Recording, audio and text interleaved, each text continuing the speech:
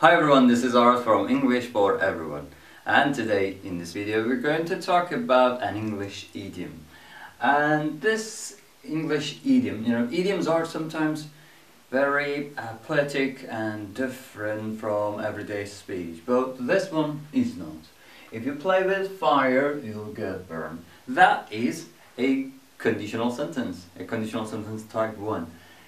Present, simple present and simple future. That is simply a sentence, a conditional sentence, and that is type 1.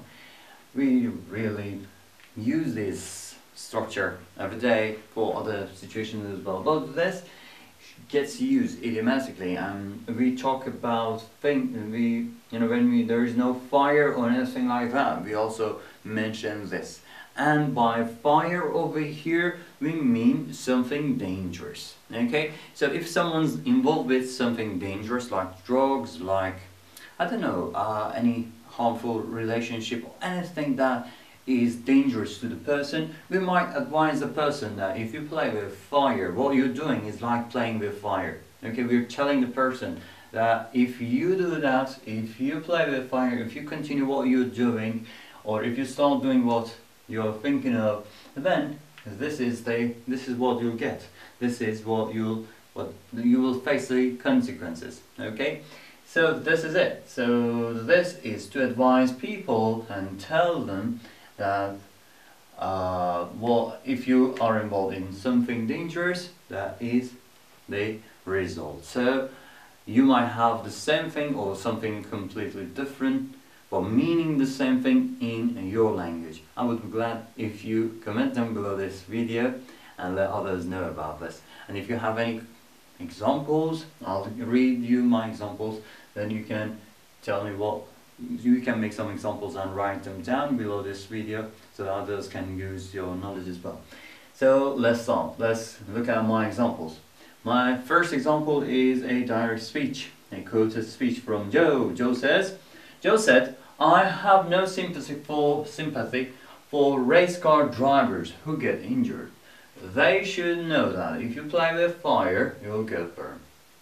Well, that is his opinion of race car drivers, and he has no sympathy for them because he believes that when they get injured, because he believes that race car and this sport and this action, whatever we call it, is like playing with fire, and getting injured is a part of it, and they should know this. So I have no sympathy. I mean, Joe has no sympathy for these people.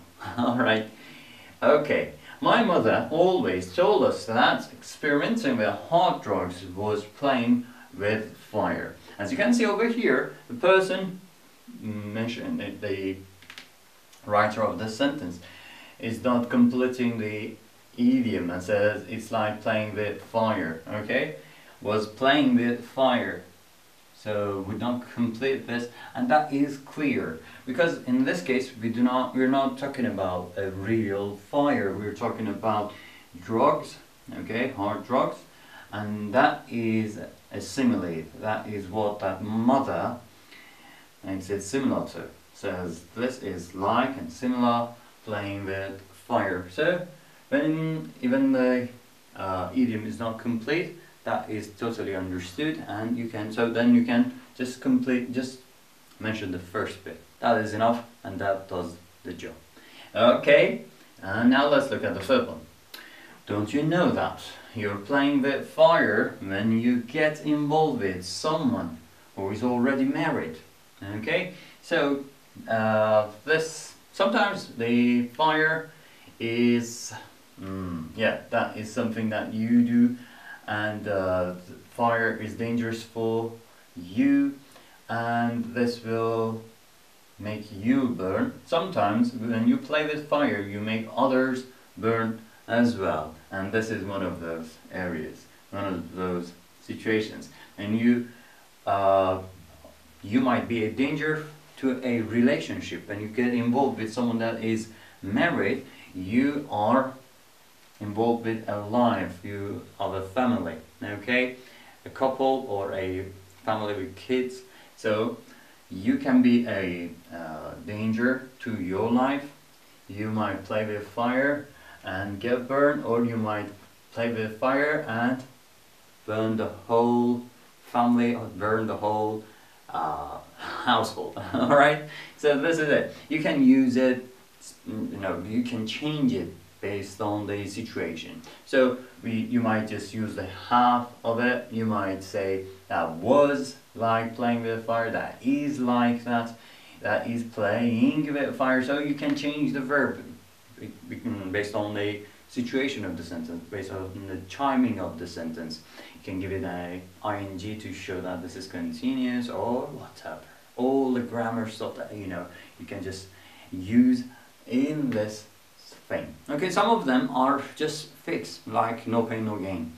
You would not change them, okay? But this is not like that. This has got a verb, an object and a subject. So you change all these things based on the subject of your sentence, based on the object of your sentence, and the timing of the sentence. So you change all of these things.